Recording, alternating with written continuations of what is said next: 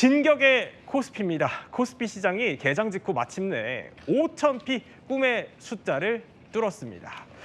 자, 그런데요. 축제가 열려야 하는 이런 날 눈물을 흘리는 개미들이 있다고 합니다. 이 대체 무슨 일이에요? 이게 지금 X라고 해서 전에 이제 트위터라고 예. 하는 곳에 지금 하나의 사진이 올라다니면서 이제 이거군요. 글이 화제가 예. 되고 있습니다. 저 사진 어떤 건지 아시겠죠?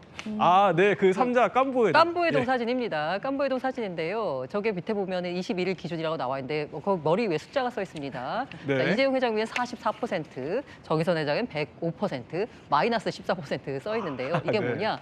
만약에 저 깐부회동 날 예. 해당 주식을 샀다면 다음 날 아하. 얼마를 벌었을까? 내가 이날 샀다면. 네. 삼성전자는 44%가 올랐고요. 그리고 현대차는 무려 105%가 올랐습니다. 오. 엔비디아만 14%가 떨어진 겁니다. 아니, 이런 장면이 사실 이렇게 유행이 될 만큼 어떻게 보면 참 분위기가 좋았던 그 깐부회동이요. 그런데 정의선 회장과 이재용 회장이 그 이후에도 사실 웃을 일이 더 많았던 겁니다. Are we gonna get something to drink? Thank you. I'm gonna have to. Thank you.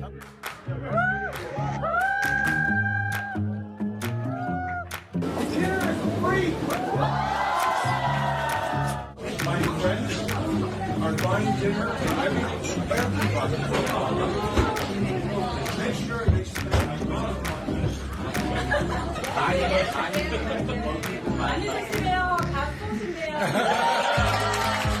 These are my G-Mac buddies. 제가 좀 생긴 거는 들어 보여도 두 분 다 저희 형님이시고요.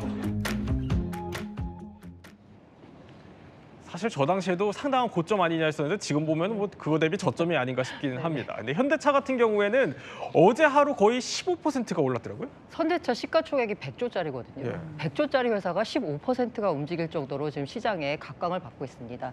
깐부회동 당시를 보자면요. 엔비디아 같은 경우에는 AI 수혜주로서 약간 고점 논란이 나오던 시점이었고요. 이 반면에 현대차 같은 경우에는 시장에서 지금 현재 차는 잘 팔고 있는데 그래서 미래가 뭐냐라고 했어서 미래에 있어서는 좀 불투명한 상황이었습니다. 그런데 이제 피지컬 AI, 로보틱스, 자율주행 이런 부분에 있어서 현대차가 이제 미래차 사업을 선도하는 이제는 자동차 회사가 아니라 로봇 회사로 탈바꿈하는 모습으로 된 거죠. 지금 화면에 보시겠지만 특히 CES에서 공개된 아틀라스 네. 저 로봇을 보고 시장이 환호했습니다. 그날만 16% 주가가 올랐는데요. 그렇기 때문에 주가가 올 들어서만 100% 넘게 올랐다라는 주가 수혜를 받고요.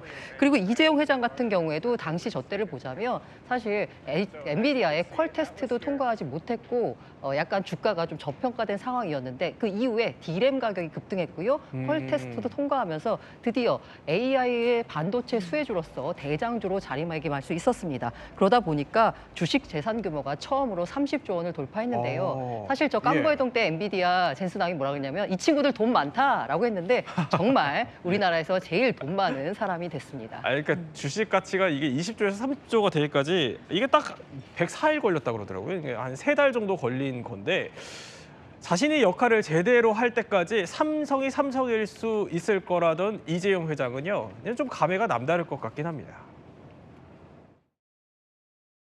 2014년에 회장님이 쓰러지시고 난 후 부족하지만 회사를 위해 나름대로 최선을 다했습니다. 하지만 큰 성과를 거두었다고 자부하기는 어렵습니다. 다만 그 과정에서 깨닫고 배운 것도 적지 않았습니다. 제가 그 역할을 충실히 수행할 때 삼성은 계속 삼성일 수 있을 것입니다. 자, 이 시점에서 떠오르는 거는 이 삼성과 3대의 경영 철학이 아닐까 싶습니다. 자, 보면은요. 이재용 회장 같은 경우에는 삼고초려 보면은 인재의 참을성 있게 마음을 쓰라 일종의 뭐 인내의 리더십이었던 반면에 아버지 이건희 회장 같은 경우는 신상필벌, 이거 확실하게 대비되네요. 그렇습니다. 성과 있는 곳에 보상 있다라고 하는 신상필벌은요. 인류 기업을 이끈 이건희 회장의 경영 철학이었습니다. 신상필벌 명확했기 때문에요. 1월에 인사를 할 때 세대 교체가 필요할 때는 크게 인사를 늘렸고 사업 연속성이 중요할 때는 최소화했다고 합니다. 그렇지만 변하지 않는 원칙이 있었는데요. 바로 의인불용, 용인불의. 한 번 믿고 맡기면 끝까지 신뢰한다라는 이건희 회장식의 인사였습니다.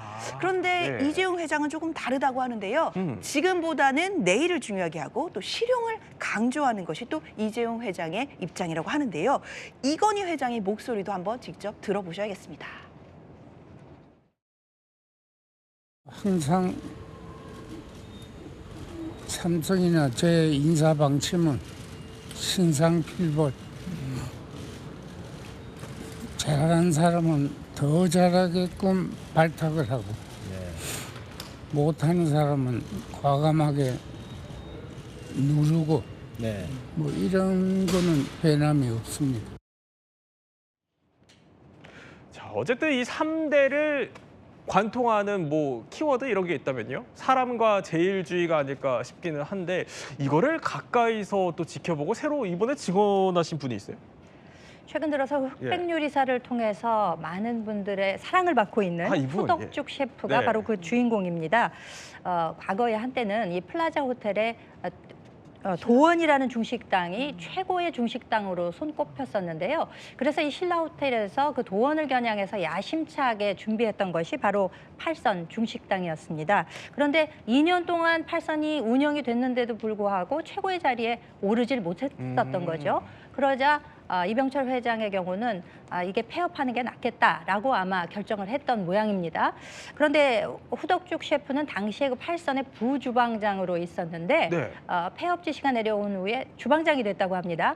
평상시에 그 경영 철학, 그러니까 제일주의, 1등이 아니면 안 하는 게 낫다라는 것을 잘 알고 있었기 때문에 최선을 다했고 당시에 호텔 고문이었던 이부진 사장이 음식 맛을 보더니 이거 과거랑 달라졌는데 하면서 아버지를 모시고 갔다는 거예요. 어차피 문 닫을 식당을 뭐 하러 가느냐라고 처음에는 했지만 딸바보의 면모를 가지고 있던 이병철 회장이 그 팔선을 방문을 해서 음식을 먹어보니 이거 확실히 달라졌는데? 라고 놀랐다고 합니다. 그래서 그 이후에 완전히 달라진 모습의 팔선이 결국에는 최고의 명성을 얻는 그런 중식당으로 자리 잡게 되는 그런 결과를 얻었다고 합니다. 근데 김현지 평론가 설명 듣다 보니까 놀라운 거는 아니 뭐 직접 먹거리 하는 그런 사업도 아니고 그 호텔에 들어가는 식당 하나하나까지 어떻게 보면 맛을 보고 뭐 이걸 폐업하라 말라 이럴 만큼 기업 총수가 이걸 일일이 관리했다는 얘기네. 그 일종의 경영 철학이 반영된 게 아닌가 싶습니다. 예. 과거 1993년도에 프랑크푸르트 신경영 선언을 한 적이 있었죠. 이병철 회장이 마누라 자식 빼고 다 바꿔라. 그런 이야기를 한 적이 있었습니다. 그럴 정도로 혁신의 기치를 내걸었고 이후에 그 애니콜을 전부 소각하는 그런 일도 있었거든요. 굉장히 고장이 잦다. 그러니까 상품 분량을 크게 낮춰라 하는 그런 지시가 실질적으로 많이 퍼지기도 했었습니다. 그렇기 때문에 제일주의, 1등이 아니면 안 하는 게 낫다라는 이런 삼성의 경영 철학을 모든 곳곳에 아마 주시하고 있었던 것이 아닌가 싶고 네. 그렇기 때문에 이 호텔의 중식당에까지 완벽을 추구하는 이런 모습이 실질로 나타난 것이 아닌가 그렇게 생각이 되네요.